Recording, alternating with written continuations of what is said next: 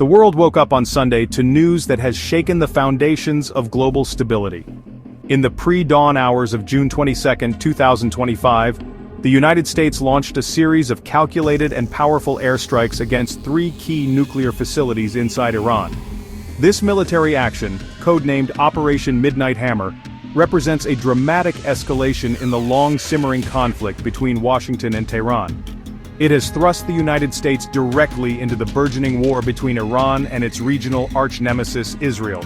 The implications of this event are now rippling across the globe, sparking fear, condemnation, and in some corners, quiet approval. Folks everywhere are talking about this because it is not just a regional skirmish. It is an event with the potential to ignite a much wider war and disrupt the global economy in profound ways. The immediate aftermath has been a whirlwind of bold declarations and furious condemnations. From the White House, President Donald Trump announced the mission's objective was nothing less than the destruction of Iran's nuclear enrichment capacity. He hailed the strikes as a spectacular military success, a sentiment echoed by his Secretary of Defense Pete Hegseth, who declared Iran's nuclear ambitions had been obliterated. But across the world, leaders are grappling with the enormous implications of this American intervention. The strikes have pushed an already volatile Middle East to the very brink, raising urgent questions about what comes next in this dangerous new chapter of international relations. Everyone, from global leaders to ordinary citizens, is now watching and waiting with bated breath. The significance of these attacks cannot be overstated. For years, the international community has tried to manage Iran's nuclear program through a delicate dance of diplomacy, sanctions, and inspections. The 2025 strikes signal a definitive end to that approach, replacing painstaking negotiation with overwhelming military force. This shift in U.S. policy has created deep divisions among its traditional allies and has been met with outrage from rivals like Russia and China. The central fear is that this direct assault on Iranian sovereignty will provoke a severe and unpredictable retaliation, potentially drawing numerous other nations into a devastating conflict that no one can truly control. The world is now forced to confront this new and frightening reality. As the dust settles over the targeted sites in Iran, the political and economic fallout is just beginning. The Iranian government, led by Supreme Leader Ayatollah Ali Khamenei, faces an unprecedented challenge to its authority and has vowed a harsh response. The most immediate threat is to the world's oil supply, as Iranian lawmakers have already voted to close the Strait of Hormuz, a vital artery for global energy. This single event, carried out over a few short hours, has set in motion a chain reaction that will impact gas prices, international trade, and security for millions of people far beyond the Middle East. The story of Operation Midnight Hammer is just beginning, and its consequences will be felt by everyone for a long time to come.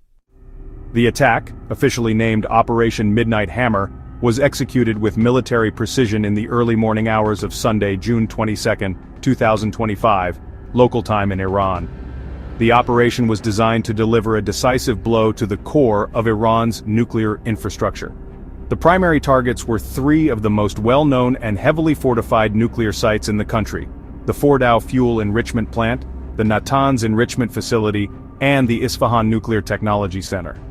Each of these locations has long been a point of contention and suspicion for Western intelligence agencies, believed to be central to Iran's alleged pursuit of nuclear weapons. By targeting these specific sites, the United States aimed to cripple Iran's ability to produce weapons-grade uranium for the foreseeable future, a clear and unambiguous military objective. The weaponry deployed in the operation highlights the seriousness of the American commitment to its goal.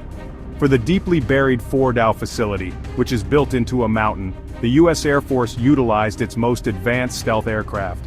6 B-2 Spirit bombers reportedly flew from their base and dropped a dozen GBU-57AB massive ordnance penetrators, more commonly known as bunker busters. These enormous 30,000-pound bombs are specifically designed to pierce through hardened rock and concrete to destroy deeply protected targets. For the other two sites, Natanz and Isfahan, the U.S. Navy launched a volley of approximately 30 Tomahawk land attack missiles from submarines positioned in the region, striking with precision from the sea. The operation was a joint effort involving multiple branches of the U.S. military, showcasing a high level of coordination and technological prowess.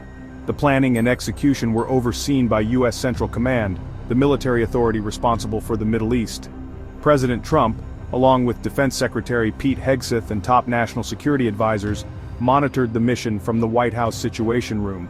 While U.S. forces carried out the strikes, the intelligence groundwork was likely laid over many years with significant contributions from key allies, most notably Israel. The involvement of such advanced and specialized military assets signals that this was not a spontaneous decision, but a meticulously planned operation held in reserve for just such a contingency. The immediate damage assessment, while still ongoing, appears to be extensive. U.S. officials have confidently asserted that the primary objectives were met, with President Trump claiming the facilities were completely and totally obliterated.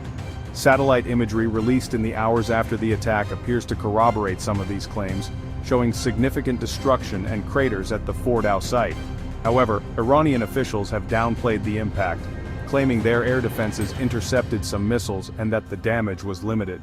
The true extent of the destruction to Iran's nuclear program will likely remain unclear for some time, but the message sent by the sheer force of Operation Midnight Hammer was received loud and clear in Tehran and around the world. The roots of Operation Midnight Hammer stretch back for more than 2 decades, grounded in deep international suspicion surrounding Iran's nuclear program. While Iran has consistently maintained that its nuclear activities are for peaceful energy purposes, the United States, Israel, and other Western nations have long feared it is a cover for developing nuclear weapons.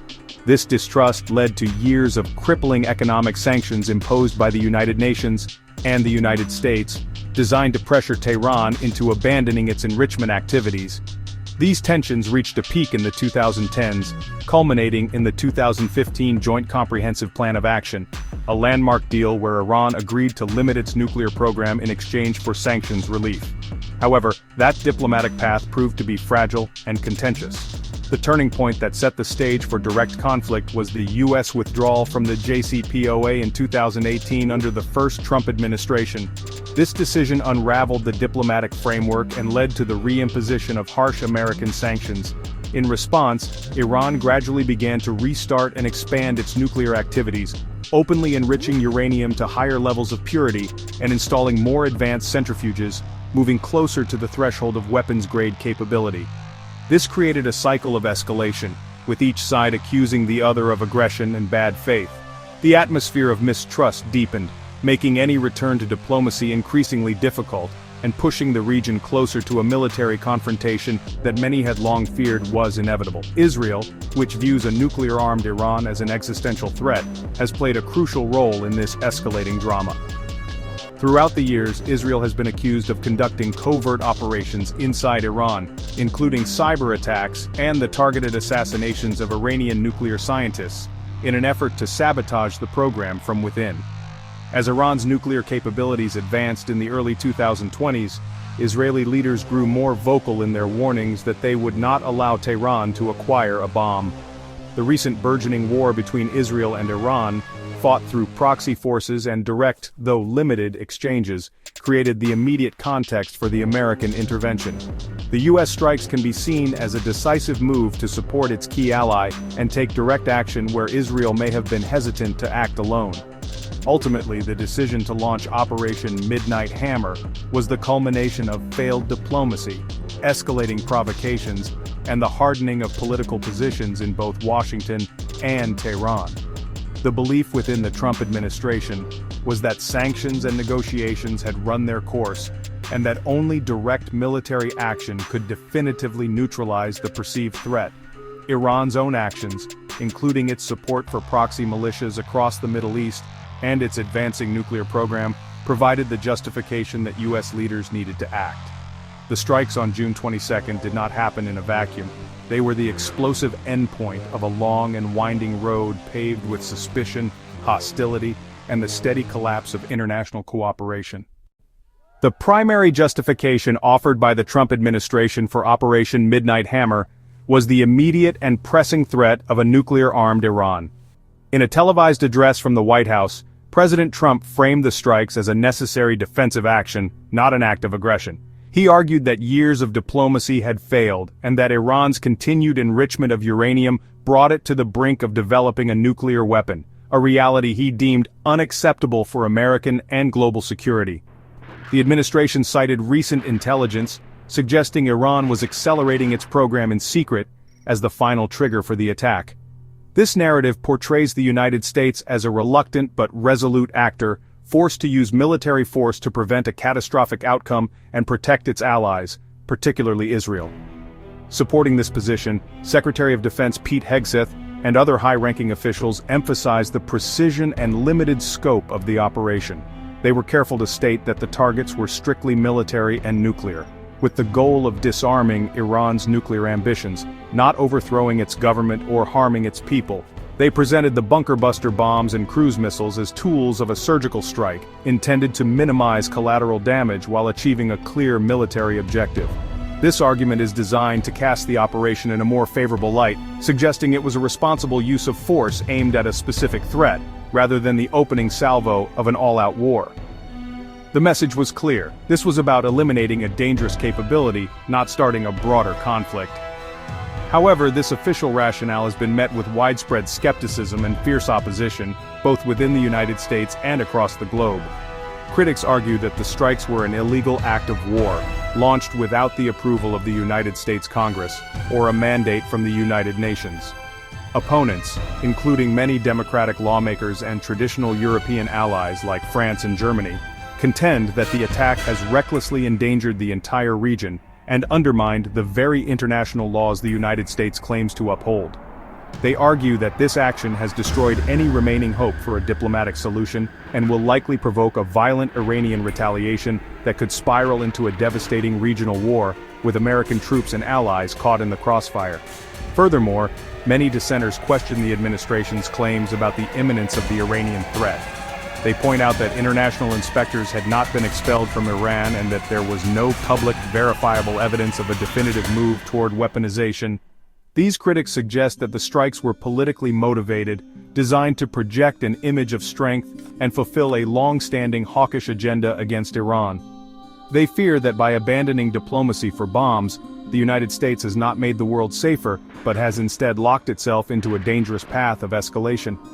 This has created a profound rift, with one side seeing a necessary act of prevention and the other seeing a reckless and catastrophic gamble with global peace. The international reaction to Operation Midnight Hammer has been swift, sharp, and deeply divided, reflecting the geopolitical fault lines that define the modern world. In Iran, the response was one of unified fury and defiance. Supreme Leader Ayatollah Ali Khamenei, addressing the nation, condemned the strikes as a barbaric act of American aggression, and vowed that Iran would deliver a crushing response at a time and place of its choosing. Analysts noted that the United States attack has placed him in the most dire situation of his entire life as an autocrat, forcing him to either retaliate forcefully and risk a wider war, or show restraint and risk appearing weak to his hardline supporters. Iranian state media broadcast images of patriotic rallies, attempting to project an image of national unity against a foreign enemy. Unsurprisingly, the strongest international support for the United States' action came from Israel. The Israeli government issued a statement praising President Trump's bold and courageous decision. Israeli leaders declared that the strikes had significantly set back the Iranian nuclear threat and made the entire Middle East a safer place. This endorsement was critical for the White House as it reinforced the narrative that the strikes were necessary to protect a key regional ally. Conversely, America's traditional European allies responded with alarm and thinly veiled condemnation. Leaders in France, Germany, and the United Kingdom expressed deep concern over the escalation and called for immediate de-escalation and a return to diplomatic channels. Meanwhile, Russia and China issued much harsher rebukes. The Kremlin denounced the strikes as a flagrant violation of international law, while Beijing warned of disastrous consequences for regional and global stability. Within the United States, the reaction was split sharply along partisan lines. Republican lawmakers quickly rallied behind President Trump, hailing the strikes as a demonstration of American strength and resolve.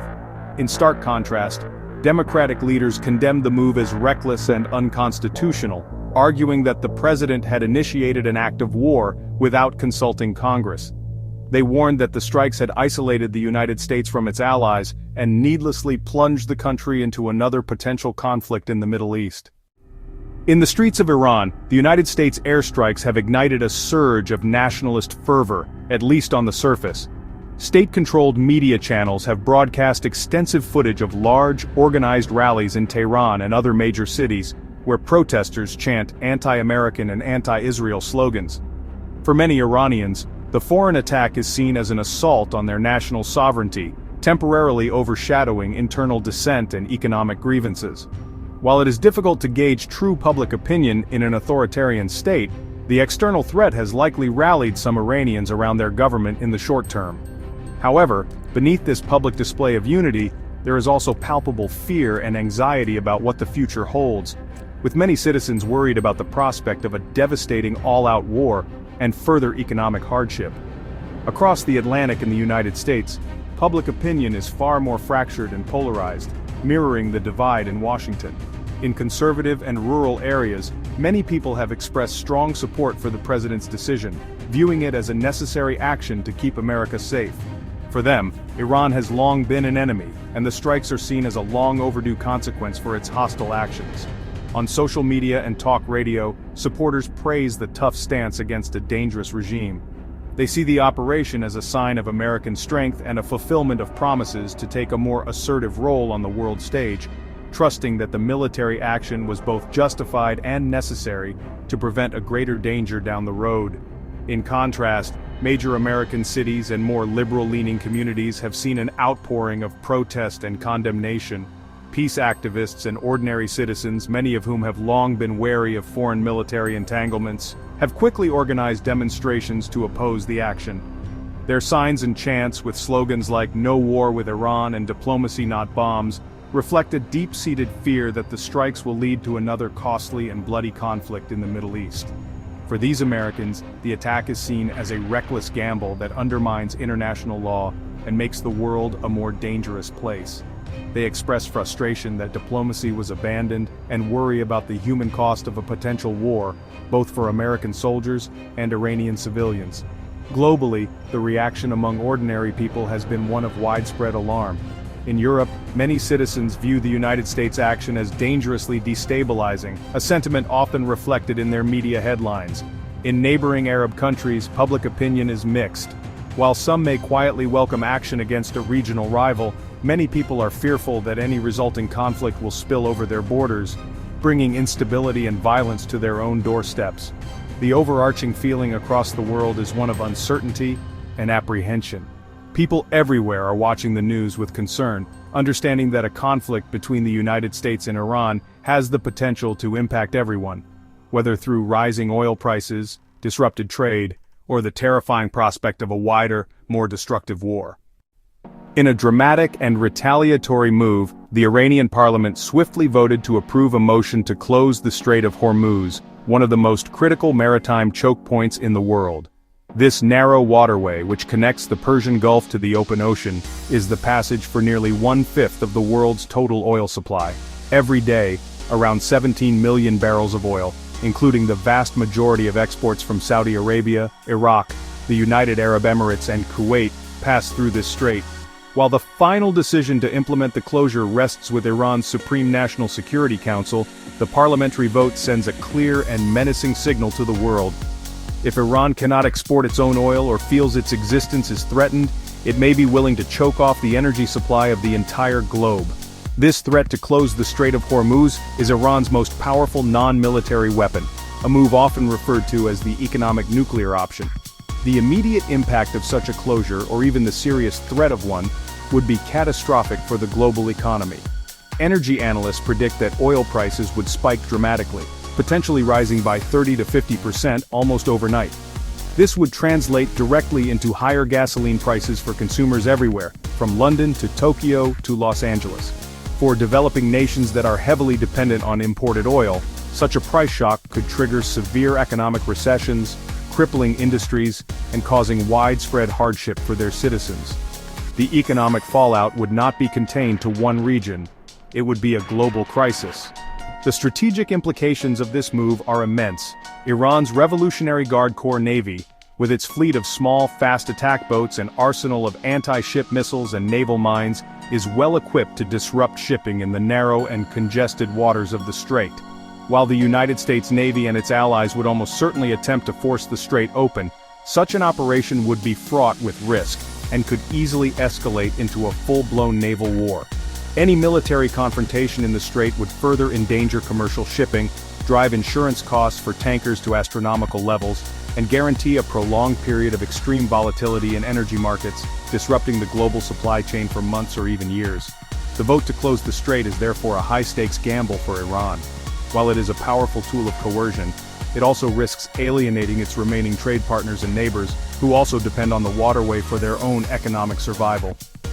Revolutionary Guards Commander Ismail Kausari stated that the decision has been made in parliament but awaits final approval, keeping the world in suspense. This act of brinkmanship puts the international community in an incredibly difficult position. The world now waits to see if Iran will follow through on its threat, a decision that could plunge the global economy into chaos and transform a regional conflict into a worldwide crisis that affects everyone's daily life and financial security.